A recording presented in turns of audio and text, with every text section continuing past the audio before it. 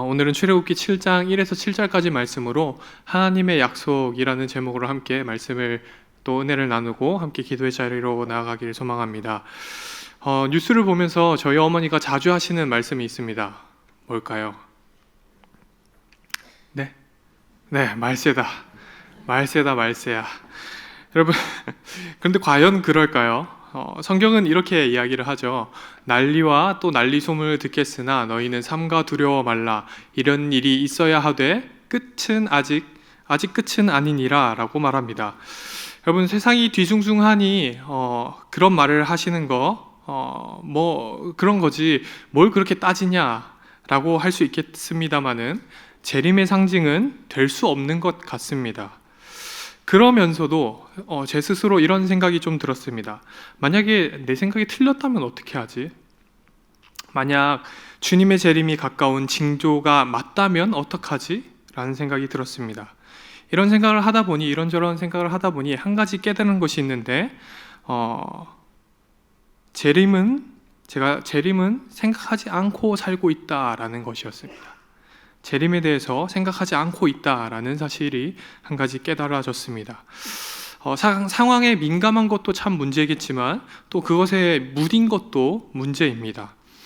예수님이 다시 오시겠다는 그 약속은 우리 모두가 고난 중에 반드시 믿음으로 고대하는 것인데, 그 영원한 나라는 눈물이 없는 곳인데 우리가 가장 바라는 곳일 텐데, 예수님의 재림을 가장 바랄 텐데 절대로 생각하지 않고 사는 것은 사실 믿음이 없어서 그렇다기보다 오랜 기간 이루어지지 않았기 때문에 이제 와서 이루어지겠나 하는 생각 때문이겠죠. 하지만 재림을 진짜로 고대하는 사람이라면 약속이 더디어 보일지라도 나의 기다림은 무뎌지지 않을 겁니다. 잊을 수 없다라는 거죠.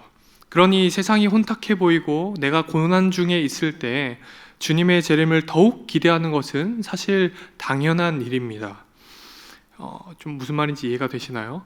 하나님의 약속을 붙들어야 할 때에는 환경과 상황에 매몰되는 그런 저의 모습을 보았다라는 겁니다. 말세다라고 그렇게 말씀하시는 어머니의 말씀이 오히려 약속을 붙드는 것처럼 보였고, 그 말을 안이 꼽게 보았던 그런 제가 오히려 약속을 붙들지 않는 사람이었다라는 거죠.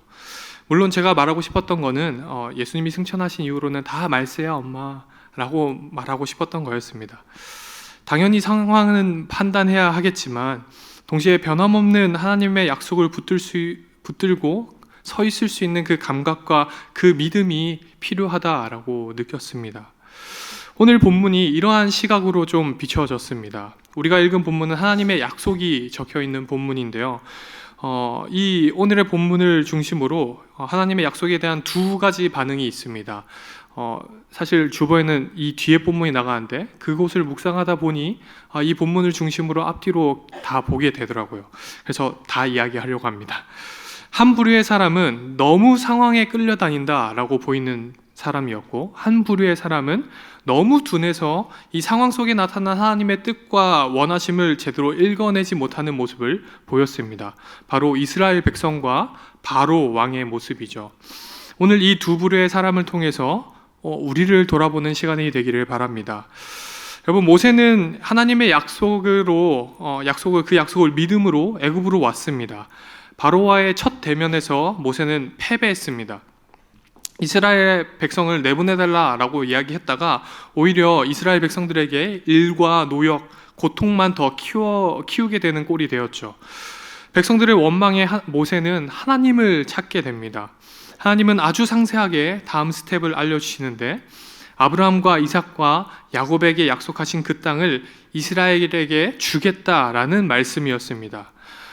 그리고 하나님은 이스라엘의 하나님이 되고 이스라엘은 하나님의 백성이 되어서 내가 끝까지 함께 하겠다라는 약속이었고, 또 이것을 위해서 잠시 고난을 당할 것이다 라는 사실이었습니다.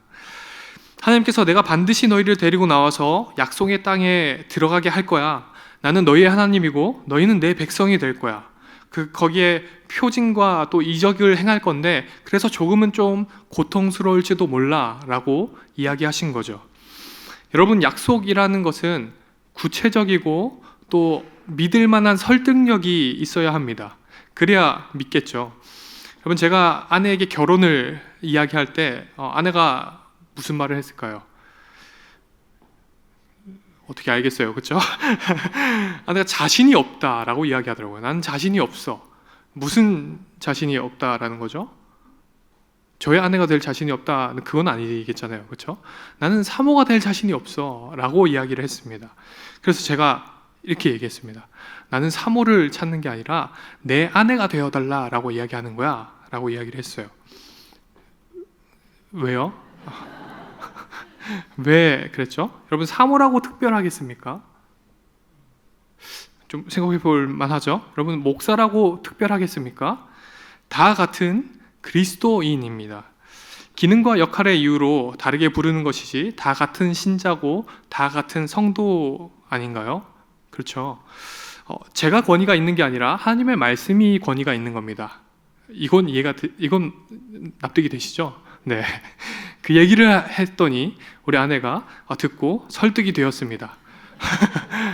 속았나요? 오늘 하나님의 약속은 제가 설득했던 것보다 훨씬 더 구체적이고 훨씬 더 설득력이 있습니다. 처음으로 하나님께서 이스라엘을 나의 백성이다 라고 부르십니다. 그리고 구체적으로 아브라함에게 약속하신 그 땅을 주시겠다라고 하십니다. 비록 고난은 있겠지만 애굽을 심판하심으로 너희를 인도하겠다라고 말씀하십니다. 모세는 이 말씀에 설득이 되고 그리고 이 약속을 이스라엘에게 전합니다. 하지만 이스라엘은 이제 이스라엘의 반응이 나오는데요. 이스라엘은 모세와는 다르게 반응합니다. 그게 출애굽기 6장 9절에 나오는데 이렇게 이야기를 합니다. 모세가 이와 같이 이스라엘 자손에게 전하나 그들이 마음의 상함과 가혹한 노역으로 말미암아 모세의 말을 듣지 아니하였더라. 아멘. 여러분, 마음이 상했고 상황이 변하지 않아서 노역으로 말미암아 모세의 말을 듣지 어렵나요? 듣지 않습니다. 이스라엘 백성들이요. 이미 하나님의 약속을 믿었다가 이제 마음이 상했기 때문에, 상황이 변하지 않았기 때문에 하나님의 약속을, 이 모세의 말을 듣지를 않습니다. 모세라는 인물을 통해서 우리를 노역에서 벗어나게 하실 거라고 믿었는데 오히려 상황이 더 안 좋아졌죠. 조금이라도 좀 좋아지면 더 믿어보겠는데 안 좋아졌습니다. 그런데 여러분, 약속이라는 것은 조건이 안 좋을 때에도 견디게 하는 것입니다. 아멘. 그래서 너의 하나님이 될 거야 라고 말씀하신 거죠. 하지만 이스라엘 백성들은 자신의 상황에, 우리들의 상황에 매몰됩니다. 사실 좀 이해가 됩니다. 정해진 일의 양을 채우지 못하면 더 괴로워질 텐데 왜 두렵지 않겠습니까? 그러니까 모세를, 하나님을 원망합니다. 여러분, 그러면 도대체 이스라엘 백성들이 원했던 것, 정말로 원했던 건 뭘까요? 원 없이 하나님을 섬기는 걸 원했을까요? 그건 아니었던 것 같습니다. 그랬다면 하나님의 약속을 붙들어야 했겠죠. 그들이 원하는 것은 상황을 벗어나는 것이었습니다. 그러니까 출애굽을 말하는 것이 아니라 애굽에서의 그 편리함을 원했다라는 말입니다. 그러니까 고통 끝에 자유를 보지 못하고 원망하고 마음을 닫았던 겁니다. 그들의 원함은 애굽 땅의 편리함이었습니다. 내가 종으로 있는 것이 아니라 이 애굽 땅에서 모두가 누리는 그 편리함을 나도 누리고 싶다라는 마음이었던 거죠. 여러분, 우리도 그렇지 않습니까? 하나님이 우리와 함께 하신다라는 약속은 있는데, 임마누엘의 하나님이다라고 고백은 하는데, 고통과 고난 속에서 하나님의 약속은 붙들지 못하는 모습이 우리 안에도 있습니다. 우리가 정말로 원하는 것이 무엇입니까? 우리가 원하는 것이 이 땅에서의 형통이라면, 조금 더 편하고 조금 더 안락한 것이라면, 하나님이 나의 원함을 듣지 않을 것 같을 때 하나님을 떠나는 것이 어떻게 보면 당연한 반응입니다. 하지만 우리가 원하는 것이 하나님이 내 삶의 주인이 되시는 거라면, 하나님과 영원히 동행하는 것이라면, 그게 우리의 소원이라면, 지금은 너무 힘들고 외롭고 어려울 수도 있고 힘들 수도 있지만 바로 지금이 하나님의 약속을 붙들 때라고 말하고 싶습니다. 하나님이 나의 하나님이 되시겠다고 하셨으니까, 이 고난 끝에 영광을 약속하셨으니까 우리는 약속을 붙드는 겁니다.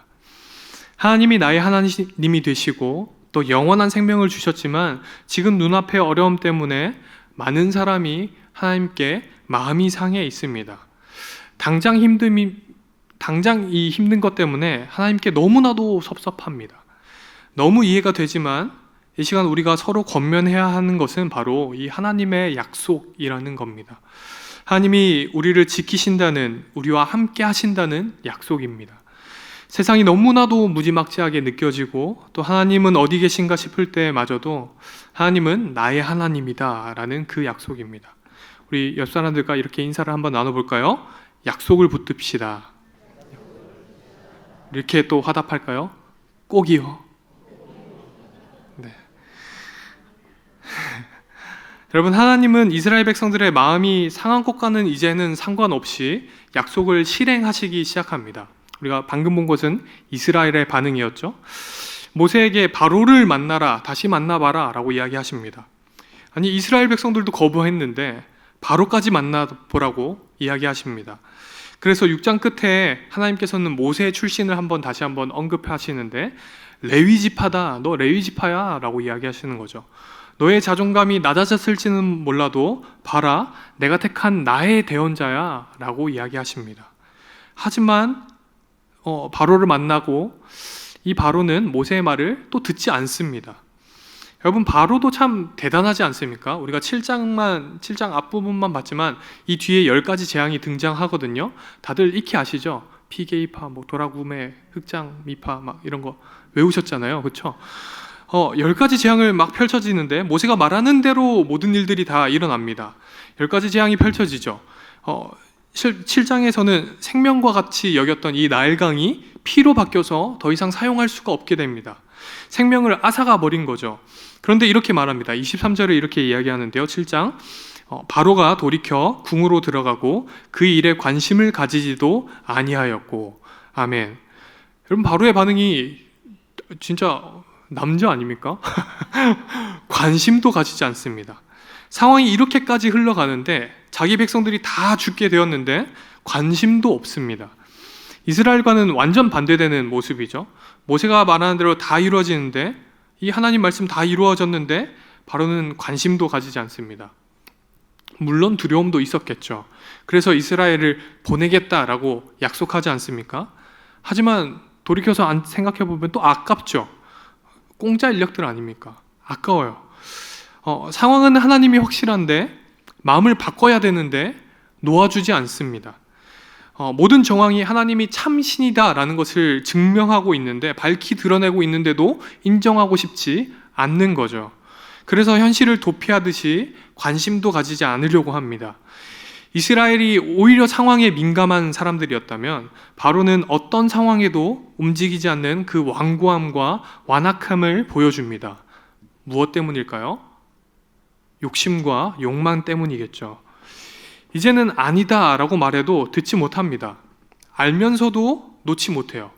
마치 여러분 드라마에 등장하는 악역들이 질 것이 눈에 뻔한데도 그것을 알면서도 놓지 못하는 그 아주 잔혹한 욕망을 보여주듯이 바로가 인간들이 사실 그렇다라는 것을 성경이 보여주고 있는 겁니다. 돌이키라고 하시는데 완악해서 돌이키지 못합니다. 내 백성들, 내 식솔들이 고통당하는 거 상관이 없습니다. 이게 인간의 모습이죠. 여러분, 우리도 그렇습니다. 이렇게까지 잔혹하다 라고는 모르겠지만 이제는 놓아야 하는데 아까워서 놓지 못하고 하나님께 정당화시키려고 합니다. 하나님, 이번만요. 하나님, 한 번만. 이젠 마지막으로 라고 하면서 정당화시키려고 하죠. 여러분, 우리 안에 이 이스라엘과 바로가 다 있습니다. 어려움 속에서도 하나님의 약속을 붙들고 또 기다려야 하는데 그렇지 못해서 마음이 상하고, 또 모든 상황이 하나님의 원하심을 보여주는데도 내 마음을 꺾지 못합니다. 상황에 민감해야 할 때는 둔해지려고 하고, 흔들리지 말아야 할 때는 쉽게 상황에 매몰됩니다. 그래서 누가 이스라엘이고 누가 바로인가, 나는 이스라엘인가 바로인가 라는 것을 생각하는 것은 사실 의미가 없습니다. 우리 안에 둘 다 있기 때문이죠. 어떨 때는 이스라엘 같고 어떨 때는 바로 왕과 같은 모습을 보입니다. 여러분, 우리 안에 바로가 있을 때, 우리의 마음이 완악해질 때는 우리는 오히려 하나님의 인도하심을 더 분별하려고 하고 더 따르려고 해야 합니다. 더욱더 그래야 하죠. 상황을 통해 하나님께서 말씀하실 때 우리는 민감하고 예민하게 반응해야 합니다. 반대로 또 이스라엘 백성과 같을 때도 있죠. 힘들고 어려울수록 우리는 약속을 붙들어야 합니다. 우리의 하나님, 나의 백성이다라고 나의 백성이라고 부르시는 그 하나님의 약속을 붙들어야 합니다. 문제는 뭐냐면요, 이게 힘들다라는 겁니다. 이게 힘들어요. 내가 언제 놓아야 할지, 내가 언제까지 붙들어야 할지, 그 인도하심을 따르고 낙심하지 않을 그 믿음의 균형을 잘 모르겠다라는 겁니다. 왜 그럴까요? 뭐가 문제일까요? 왜 언제는 내가 이스라엘 백성과 같고 언제는 바로와 같을까요? 하나님이 내 인생의 주인이라고 분명하게 고백할 수 없을 때 그렇습니다. 결국 내 인생의 중심에 내가 있기 때문입니다. 바로도 그랬고 이스라엘 백성들도 그랬습니다. 내가 중요했기 때문에 그랬던 겁니다. 우리의 존재의 의미는 하나님께 있는데 내가 주인이 되어서 그렇습니다. 여러분, 요즘 묵상하는 욥기도 그렇잖아요. 다 내가 주인이 되어서 말을 하려고 합니다. 하나님이 주인이라면 여러분, 친구의 고통에 그렇게 말을 할까요? 그렇지 않겠죠. 그래서 우리에게 가장 중요한 질문은 사실 이거입니다. 나의 인생의 주인이 정말로 예수님인가? 이것이 핵심입니다. 지금 내 모습은 망가질 대로 망가졌지만 우리가 꼭 붙잡아야 될 고백이 하나 있다면 예수님이 나의 주인이다 라는 고백입니다. 예수님은 오늘도 우리의 주인이십니다. 여러분, 누구를 섬기고 계십니까? 바로냐 이스라엘이냐, 이 이야기를 하기 전에 우리에게 생명을 주신 예수님이 우리의 주인입니다 라는 고백이 있기를 바랍니다. 예수님께서 이미 고통당하셨고 예수님께서 이미 다 감당하셨고 우리는 그분을 믿음으로 그분의 자녀가 되고 백성이 되고 그분의 종이 되어 살아가는 겁니다. 이 고백을 가지고 살아가는 저와 여러분들이 되기를 소망합니다. 우리 함께